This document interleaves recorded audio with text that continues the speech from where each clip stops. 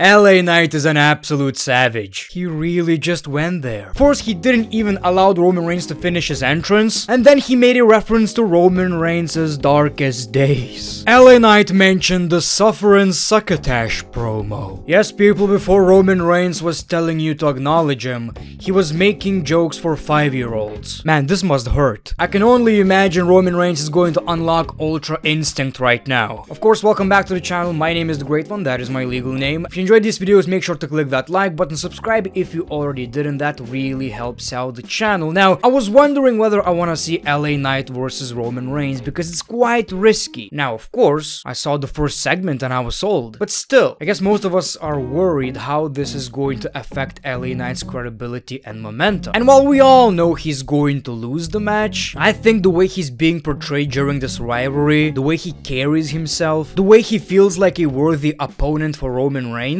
I think there are more positives than negatives. And I know this happened way too often, but LA Knight cannot lose clean. Another decent episode of Friday Night SmackDown. We'll talk about it in a second, but first, a word from our sponsor. This video is sponsored by Wrestling GM, where you can actually prove that you can book it better. Wrestling GM is the best wrestling simulation game in the world. The only game where you can be a business owner, TV show writer, and universe creator at the same time. Pick who fights, who becomes champion, manage each wrestler's career, write your own storylines and feuds, and even create your own wrestlers and companies. Find out why 250k plus players continually keep playing Wrestling GM. The game is very deep and the opportunities to play it are endless. It is the perfect mix of creativity and strategy. You can control and create all the outcomes within the game. I also played this game before on my channel. The playlist of Wrestling GM series is in the description below. Wrestling GM is available on all iOS and Android devices, and there's a link to download the game in the description below. Welcome back to the channel, everyone. I know I owe you an explanation, so I barely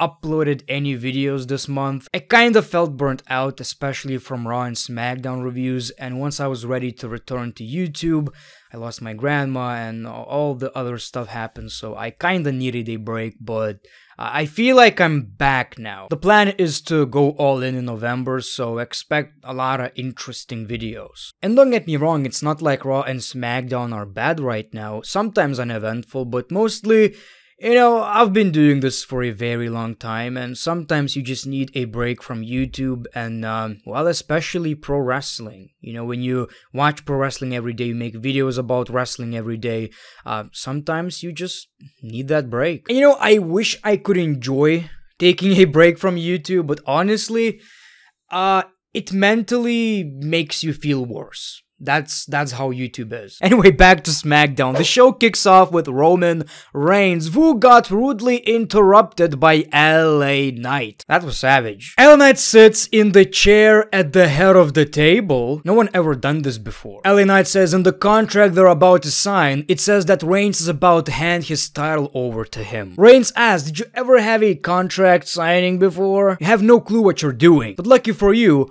I'll go easy on you. So they both signed the contract, and Nick Aldis says, my job is done here. LA Knight tells Roman Reigns to acknowledge him. He says, your underestimation is going to cost you the WWE Championship. Of course, Roman Reigns is not taking it seriously because LA Knight is still new in the WWE. He never had a WWE Championship opportunity. LA Knight says, but you don't understand. Yeah, this is my first time, but I only need one time because while you failed over and over again, while you were busy doing Suffering Succotash, I've been out here on over telling people whose game this is. Of course, LA Knight doing his regular shtick, everybody saying LA Knight. Roman Reigns had enough. He flips over the table, and we got a brawl with Roman Reigns being on top. Roman Reigns set up a table, but LA Knight flips the tables on him. We see LA Knight stomping the crap out of Roman Reigns until we got Jimmy Uso for the save. Unfortunately for him, he went through the table. So now we know it's most likely going to be LA Knight versus Jimmy Uso in the main event of SmackDown. The match, by the way, is official. Roman Reigns versus LA Knight at Crown Jewel. And like I've said, I didn't know how to feel about it for the most part, but I guess it's kinda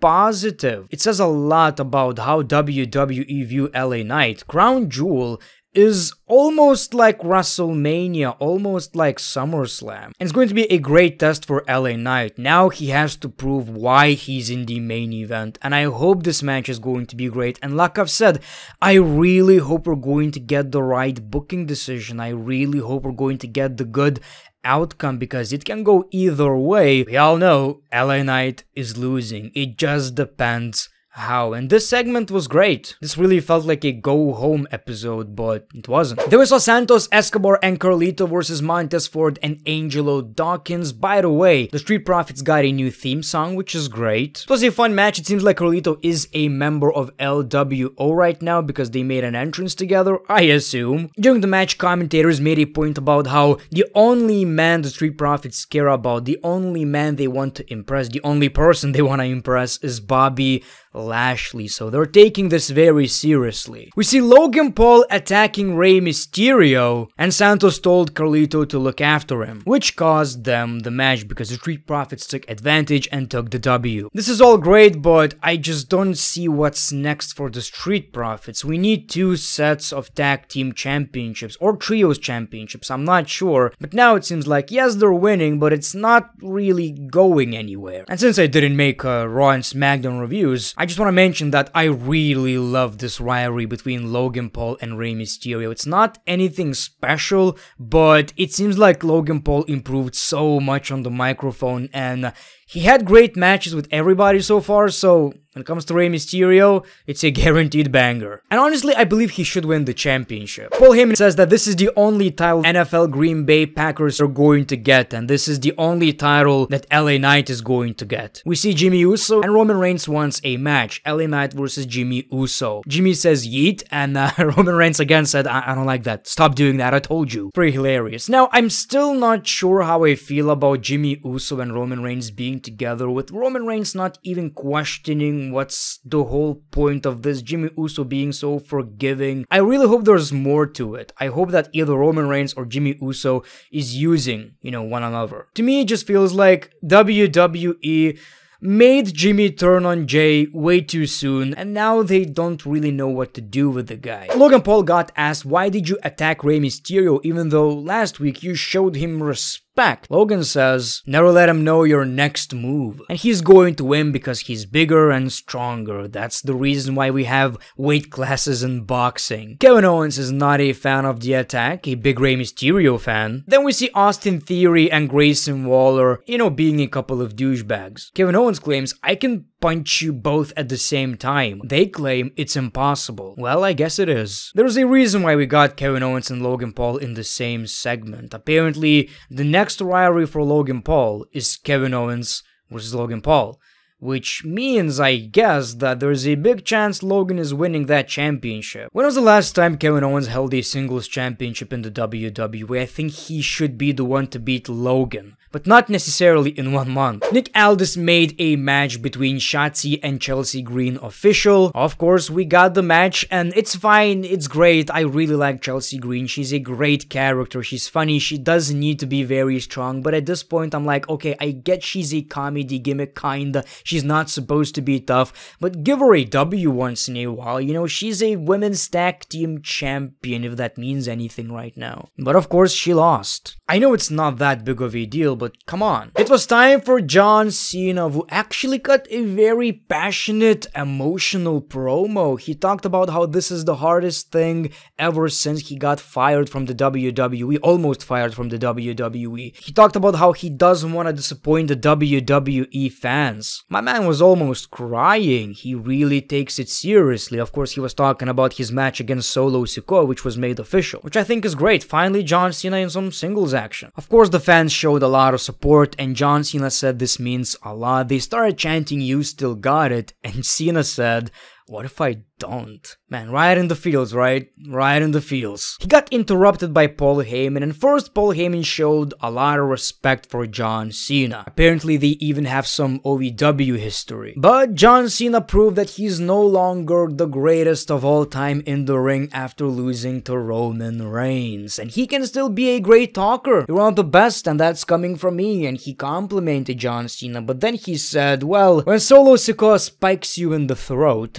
you can no longer talk. Of course, John Cena got attacked by Solo Sikoa from behind. And well, I assume John Cena can no longer talk. You can see me, you can hear me. Not necessarily a dream match, but still pretty exciting, you know, considering it's John Cena wrestling on a pay-per-view.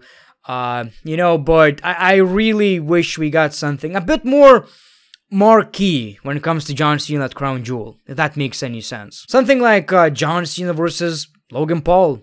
You know, but Logan is busy, and Logan vs. Ray is a great match in itself. We saw Cedric Alexander versus Dragon Lee, so Dragon Lee is getting that push, but it also seems like WWE at least tried to do something with Cedric Alexander. They talked about his history in the WWE, so it seems like they kinda wanna give him a push. I'm not even sure, but hopefully that's the case. Maybe that's the reason why he didn't got released with Shelton Benjamin. Maybe they see something in the guy. Of course, as you can imagine, the match was fun, and of course, Dragon Lee picked up the W, but they showed each other respect. Bianca Belair is back on SmackDown. She says one thing has been playing in her head over and over again, and that's being attacked by damaged Sutterla. And she said that not only she's going to face Sky for the WWE Women's Championship at Crown Jewel, but she will be taking on Bayley in singles competition next week. I wouldn't necessarily hate seeing Bianca Belair as a champion, but when it comes to Io Sky,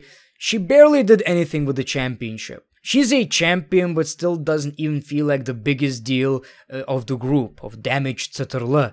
So, yeah, this is kinda tricky. It seems like there's a big possibility Bianca might win the championship. Of course, in the main event, we saw LA Knight versus Jimmy Uso. We've seen something like this before. Well, really, it happens all the time. Every time Roman Reigns has to face someone at a pay-per-view, we see a member of the Bloodline fighting that superstar in the main event of weekly shows. It used to be Jey Uso for the most part, but now it's either Solo Sikoa or Jimmy. The whole point of this match was to make sure LA Knight is not even gonna make it to Crown Jewel, or, you know, to ruin his momentum. But of course, that didn't happen. LA Knight wins the match. After the match, Roman Reigns tried to spear LA Knight, but LA Knight dodges and hits a finisher of his own. So SmackDown ends with LA Knight standing tall. Pretty good show. You know, I'm not getting the vibe that LA Knight has any chance of winning this, because it would feel kinda, wouldn't necessarily say underwhelming, but very, very shocking. And it doesn't seem, from this build at least, that there is a chance of Roman Reigns losing. Of course,